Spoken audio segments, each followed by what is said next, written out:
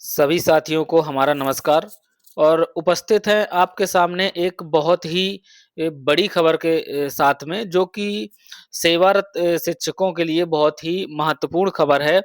तो चलिए शुरू करते हैं आज की अपनी इस खबर को और आपसे निवेदन है कि आप वीडियो को अंत तक देखिएगा ताकि आपको जो खबर है उसकी असली इस सच्चाई की जानकारी हो सके कि ये खबर क्या है और इसमें क्या चीज़ सही है और क्या चीज़ गलत है।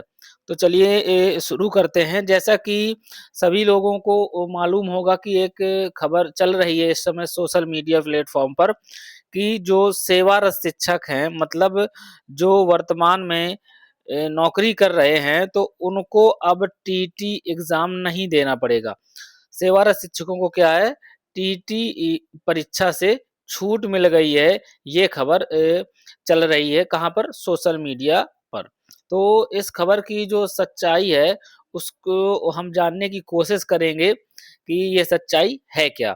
तो एक क्या है कि राज्यसभा में एक बिल पेश किया गया है और जो बिल पेश किया है वो कोई ना तो मंत्री हैं और ना ही जो ये बिल है कोई सरकार की तरफ से या किसी राज्य की तरफ से पेश किया गया है। ये बिल है केरल के एक सांसद हैं, उन्होंने ये बिल पेश किया है और अकेले उन्होंने ही केवल इस बिल को पेश किया है। तो चलिए देखते हैं इस खबर के बारे में क्या सही है और क्या गलत है। जैसा आप देखेंगे मैंने इसको पॉइंट्स के रूप में आपको समझाने का प्रयास किया है, जो सोशल मीडिया पर खबरें चल रही हैं, इन खबरों की सच्चाई है क्या आखिरकार? तो इस सच्चाई को जानने का प्रयास करेंगे। सबसे पहले यह कोई सरकारी बिल नहीं है। क्या है? यह कोई सरकारी बिल नहीं है। क्या है? कि यह एक प्राइवेट मेंबर बिल है। इसे सरकार या शिक्षा मंत्री ने पेश नहीं किया है, ये आपको समझना है। इसके बाद किसने पेश किया इसे? तो इसे पेश किया है 13 मार्च 2026 को कम्युनिस्ट पार्टी के राज्यसभा सांसद हैं, उनका नाम है डॉक्टर जॉन ब्रिटास। क्या नाम है? Doctor John Brittas. इन्होंने व्यक्तिगत रूप से पेश किया है, जिसका बिल नंबर ये लिखा हुआ है और सन भी 2026 लिखा हुआ है।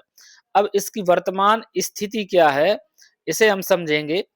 तो इस बिल की जो वर्तमान स्थिति है, यह बिल अभी पास नहीं हुआ है और यह बिल अभी केवल कहाँ पेश हुआ है? राज्यसभा में पेश हुआ है, ठीक है? और राज्यसभा में पेश होने के बाद अभी वह लंबित भी है, मतलब उस पर अभी कोई कार्रवाई नहीं की गई है। तो ना ही इसे अभी किसी समिति के पास भेजा गया है। यह इसकी वर्तमान स्थिति है, ठीक है? अब इस बिल का जो मुख्य उद्देश्य है, वो क्या है? तो इस बिल का जो मुख्य उद्देश्य है, इसको हम समझेंगे। इस बिल का मुख्य उद्देश्य है RTE act right to education act 2009 है जो, उसकी धारा 23 में किसमें? उसकी धारा 23 में संशोधन करना है ताकि 1 सितंबर 2025 के सुप्रीम कोर्ट के फैसले के बाद कब? 1 सितंबर को जो फैसला आया कि सभी को टीटी करना अनिवार्य रहेगा, उस फैसले के बाद जो सेवारत शिक्षकों के लिए समस्या आई है, उसे सुलझाया जा सके और टीईटी केवल नए शिक्षकों पर लागू हो। मतलब जो सेवारत शिक्षक हैं, पहले से नौकरी कर रहे हैं, उन पर ये जो कानून है या ये जो नियम है, ये बाध्यकारी ना हो। हालाँकि जो सांसद जी हैं, इनकी तरफ से बहुत अच्छी पहल है और आशा है अन्य सांसद भी इस पहल को अपने साइड से सरकार सरकार को आगाह करेंगे, सरकार को सचेत करने का प्रयास करेंगे और जैसा कि इन्होंने जो जॉन ब्रिटास हैं, इन्होंने किया अपने साइड से, तो बहुत ही अच्छी चीज़ है। ऐसा हम चाहेंगे कि सभी सांसद ये चीज़ करें और इसके बाद आपने जो बिल का उद्देश्य है, ये समझा। अब आगे क्या है देखिए, आगे है यह एक प्राइवेट मेंबर बिल है, इस वजह से इसे पास होने के लिए संसद के बहुमत और सरकार के समर्थन की सख्त ज़रूरत होगी, ठीक है? और अगर इसे सरकार के समर्थन की ज़रूरत हुई तो ये आसान नहीं होने वाला है, क्योंकि अगर सरकार का समर्थन होता तो अब तक ये बिल पास हो चुका होता या सरकार खुद से इस बिल को लाकर अब तक पास कर चुकी होती। तो ये हमें अभी अपने दिमाग से निकाल देना है, क्योंकि सरकार अभी इस तरफ कोई ध्यान नहीं दे रही है। तो अब इसका निष्कर्ष क्या है? इसका निष्कर्ष यही है साथियों कि जब तक सरकार इस पर अंतिम मुहर नहीं लगाती, तब तक सेवारत शिक्षकों के लिए टीईटी का नियम पूरी तरीके से लागू है। मतलब क्या है कि जो नौकरी कर रहे शिक्षक हैं, क्या है? नौकरी कर रहे शिक्षक हैं, उन्हें भी नौकरी कर रहे शिक्षकों को भी टीईटी देना पड़ेगा। क्या है? नौकरी कर रहे शिक्षकों को भी टेट एग्ज़ाम पास करना पड़ेगा, तभी वो नौकरी में बने रहेंगे, अभी तक के आदेश के अनुसार। इसलिए हमें अफ़वाहों पर कोई ध्यान नहीं देना है, आपसे विनम्र निवेदन है।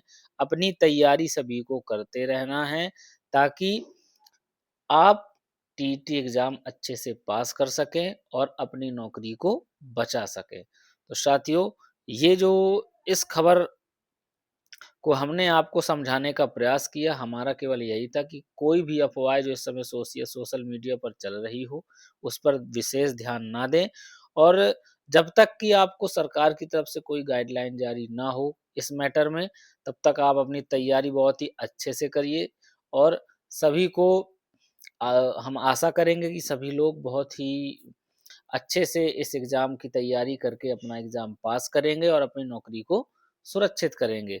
तो अफ़वाहों पे ध्यान ना देते हुए, अब चूँकि समय ज़्यादा नहीं बचा है, इस वजह से हमें अपनी तैयारी पर लगना है और बहुत ही अच्छे से तैयारी करनी है। इसमें हमसे जो सहयोग बनेगा, हम आपके लिए हमेशा तत्पर हैं।